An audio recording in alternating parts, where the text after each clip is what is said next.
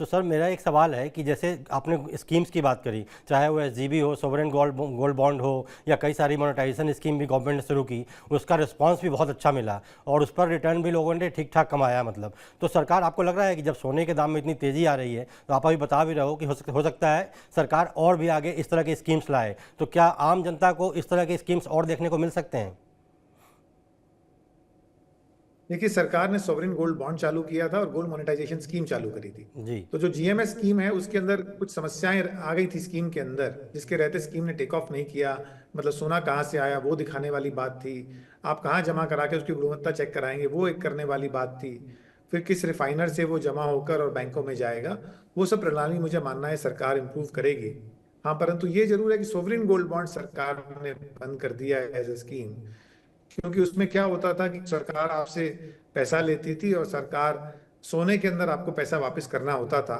तो उसके अंदर सरकार ने अगर 5-7 साल के अंदर देखा जाए तो पब्लिक को काफी अच्छा रिटर्न दिया है। तो सरकार को रियलाइज हुआ कि वो कॉस्ट ज्यादा पड़ रही है। बट मुझे लगता है गोल्ड मोनेटाइजेशन में तो आपने पैसा देना ही नहीं है सरकार को और बैंकों को, आपने सोना ही देना है।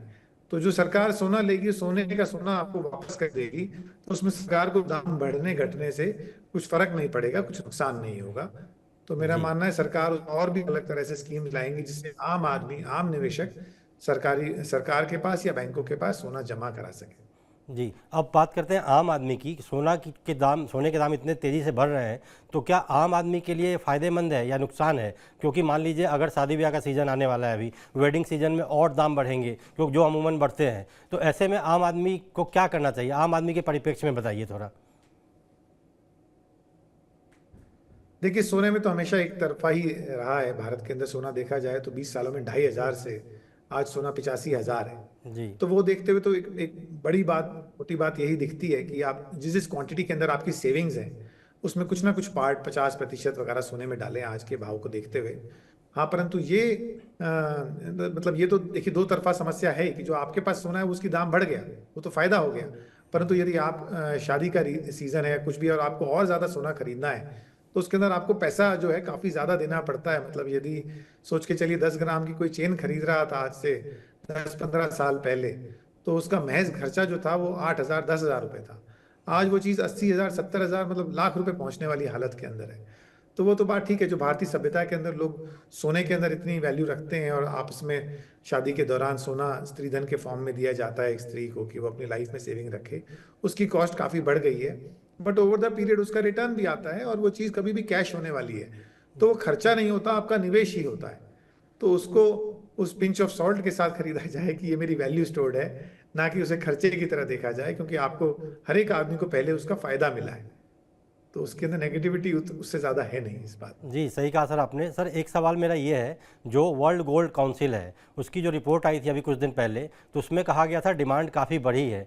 तो क्या डिमांड बढ़ना भी एक फैक्टर है क्या? मुझे लगता है कि डिमांड जब किसी चीज़ की बढ़ती है तो उसके रेट अपने आप भागते हैं।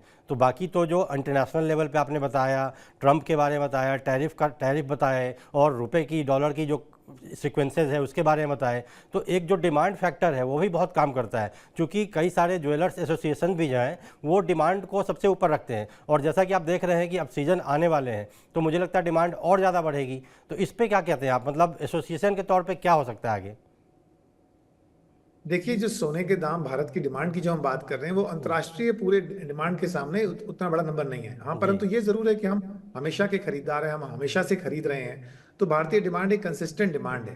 परंतु यदि बात करें इंटरनेशनल पोजीशन की, तो जो सेंट्रल बैंक्स अपने डॉलर कन्वर्ट कर रहे हैं सोने के अंदर, वो भी काफी बड़ा नंबर है, वो छोटा नंबर नहीं है। भारतीय बाजार में जो भारतीय डिमांड है उसका जरूर रोल है, बट मेरा मानना है पूरी इंटरनेशनल पोजीशन के हिसाब से वो 20-25% से ज्यादा रोल उसका नहीं है। और बड़ा रोल जो आज की तारीख में जो पिछले 10-5 सालों में देखने को मिल रहा है वो सेंट्रल बैंक्स का रोल है, हेज फंड्स का रोल है। उन सबके डॉलर में सोने में निवेश करने की वजह से ये दाम बढ़ रहे हैं। भारतीय बाजार में जरूर फिजिकल डिमांड का फर्क पड़ता है, बट अंतर्राष्ट्रीय दाम के ऊपर उतना फर्क नहीं पड़ता उसका।